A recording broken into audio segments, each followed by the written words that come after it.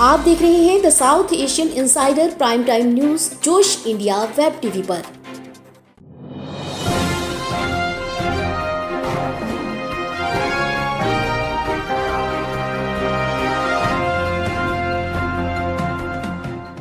नमस्कार, आप देख रहे हैं जोश इंडिया वेब टीवी।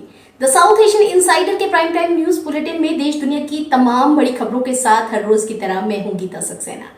आइए जान लेते हैं कोविड के इस मुश्किल दौर में कौन से 3 नियमों का पालन करें। मास्क लगा के रखिए, 2 गज की दूरी का पालन कीजिए और हाथों को बार बार धोते रहें। हंसते रहिए, स्वस्थ रहिए और आइए आगे बढ़ते हैं आज की हेडलाइंस के साथ। दिल्ली की सरहदों पे चल रहे किसान आंदोलन के 6 महीने पूरे होने पर संयुक्त किसान मोर्चे की ओर से मनाया गया काला दिवस। पंजाब में मिला जोरदार समर्थन।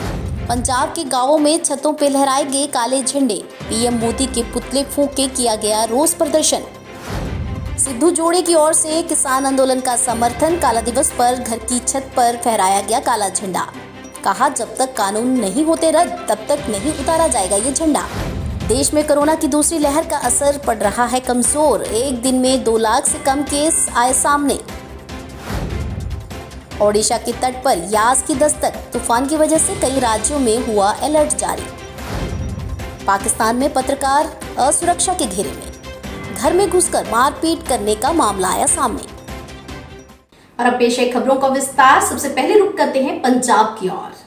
संयुक्त किसान मोर्चे की ओर से केंद्रीय कृषि अधिनियम के खिलाफ दिल्ली में किसान आंदोलन के 6 महीने पूरे होने पर काला दिवस मनाया गया, जिसे पंजाब भर में भारी समर्थन मिलता दिखाई दिया।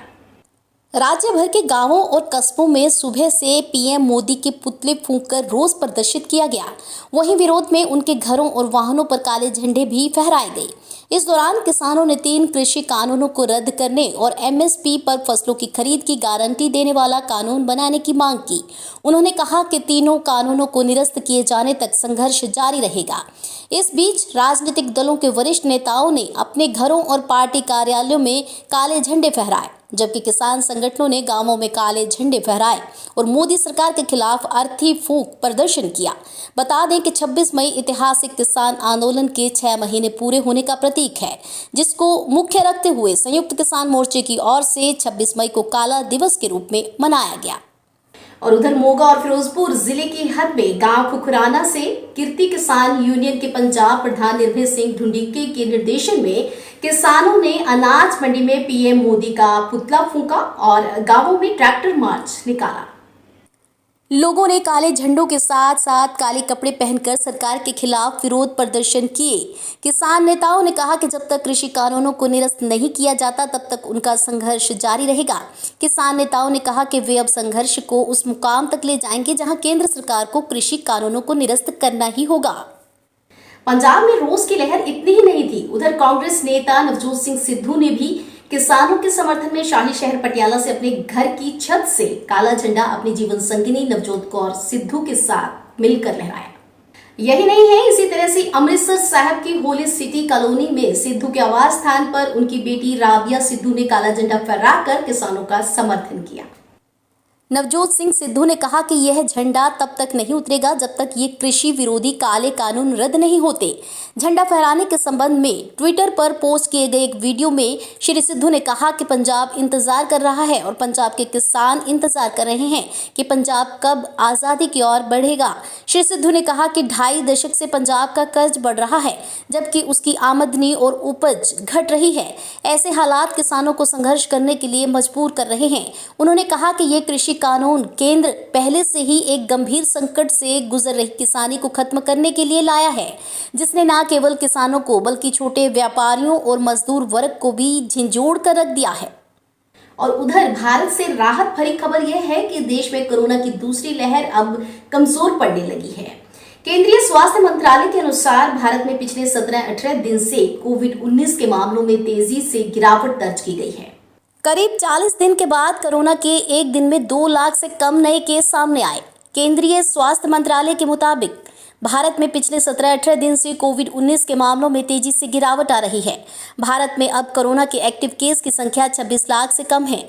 आंकड़ों के अनुसार देश में बीते कई दिनों से पॉजिटिविटी रेट की तुलना में रिकवरी रेट में इजाफा हो रहा है, जिससे कोरोना के एक्टिव मरीजों की संख्या में गिरावट आई है। राष्ट्रीय स्तर पर स्वस्थ होने की दर यानी रिकवरी रेट करीब 99% है। वहीं कोविड-19 से मृत्यु दर 1.14% है। वहीं बीते 24 घंटों की बात की जाए तो 3,500 से अधिक कोविड-19 मरीजों ने दम तोड़ा है। 24 घंटों में क्या रहा राज्यों का हाल, आइए जान लेते हैं। दिल्ली में 1,568 नए मामले सामने आए और 156 मौतें दर्ज की गई। वहीं महाराष्ट्र में 24,136 नए मामलों के साथ 601 मौतें दर्ज की गई। राजस्थान में 3,404 मामले और 105 मौतें दर्ज की गई। पश्चिम बंगाल में 17,005 नए मामलों के साथ 157 मौतें दर्ज की गई। पंजाब में 4,798 नए मामलों के साथ 176 मौतें दर्ज की गई। वहीं असम में 5,767 नए मामलों के साथ 92 मौतें दर्ज की गई। मध्य प्रदेश में 2,422 नए मामलों के साथ 68 मौतें दर्ज की गई। वहीं उत्तर प्रदेश में 3,957 नए मामले सामने आए, जबकि 163 मौतें दर्ज की गई। तमिलनाडु में 34,285 नए मामले सामने आए, जबकि 468 मौतें दर्ज की गई। गुजरात में 3,255 नए मामले सामने आए, जबकि 44 मौतें सामने आई। और कर्नाटका में 22,758 नए मामलों के साथ 588 मौतें दर्ज की गई। और उधर पूर्वी तटीय राज्यों में यास तूफान का खतरा मंडरा रहा है, जिसके चलते ओडिशा और पश्चिम बंगाल में यास तूफान की वजह से कई राज्यों में अलर्ट भी जारी किया गया। चक्रवाती तूफान यास ने लैंडफॉल की प्रक्रिया पूरी कर ली है और अब यह कमजोर पड़कर बहुत ही गंभीर चक्रवाती तूफान से गंभीर चक्रवाती तूफान में बदल गया है। इसके प्रभाव से ओडिशा, बंगाल और झारखंड में तेज बारिश हो रही है। मौसम विभाग ने बताया कि चक्रवाती तूफान अब ओडिशा को क्रॉस कर रहा है और यह झारखंड की तरफ बढ़ रहा है, जिसके प्रभाव से झारखंड में 26 और 27 मई को भारी बारिश होगी। बिहार और यूपी में भी 27 मई को बारिश होगी। ओडिशा और बंगाल के मछुआरों को समुद्र में अभी ना जाने की सलाह दी गई है। बता दें कि चक्रवाती तूफान ने भयंकर तबाही की है, जिसके बाद एनडीआरएफ और फायर टीम बचाव कार्य में जुट गई है। कई जगहों पर पेड़ जड़ से उखड़ गए हैं और रोड जाम है। इन पेड़ों को सड़क से हटाने का काम जारी है।